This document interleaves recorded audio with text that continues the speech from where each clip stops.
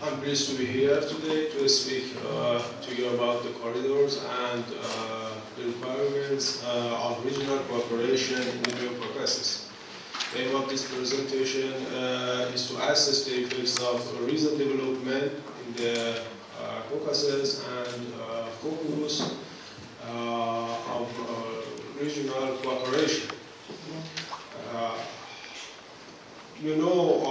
The second Nagorno-Karabakh War modified the balance of forces and the geopolitical situation in the region.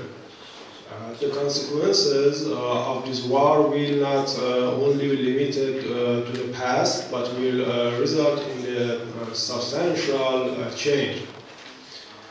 The 44-day Karabakh War and its consequences have created new challenges in the region, not only for Armenia and Karabakh, but for everyone.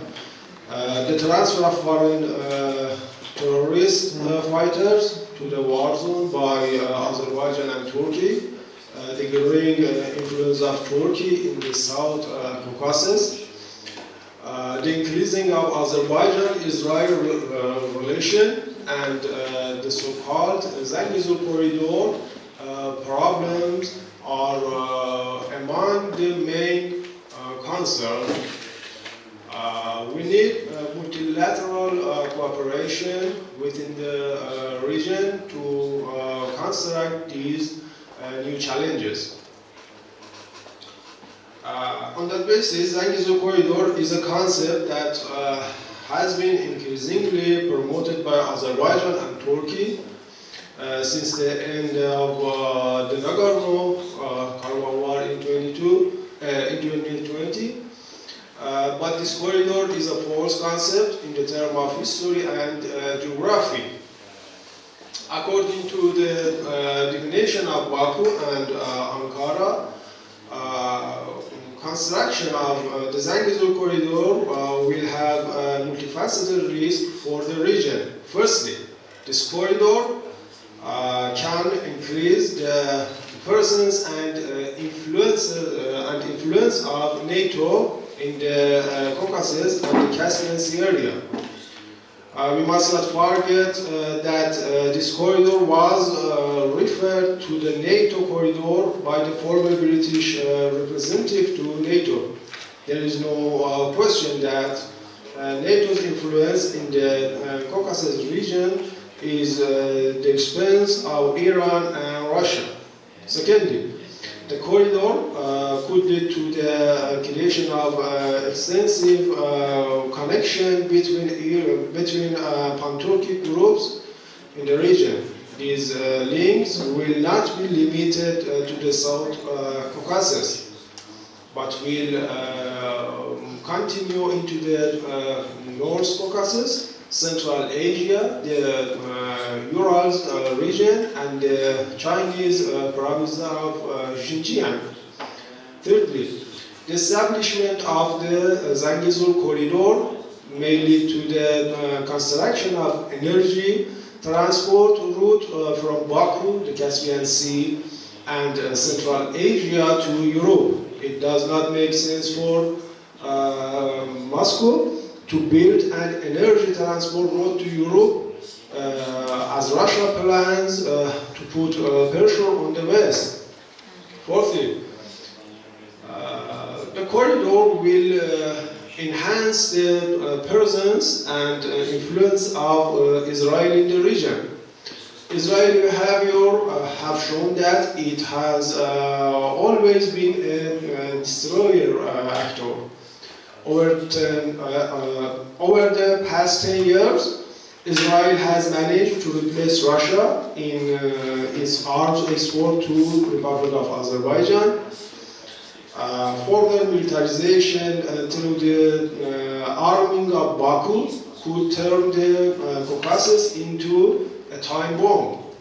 Fifthly, the Republic of Azerbaijan has shown that it will use any method to win the battlefield with the assistance of Turkey. As Baku used extremist and takfiri forces in the second Karabakh war to gain the battlefield, it is possible to use these groups in the future. Radical and takfiri forces are dangerous for all countries of the region, particularly Iran, Russia, and Armenia.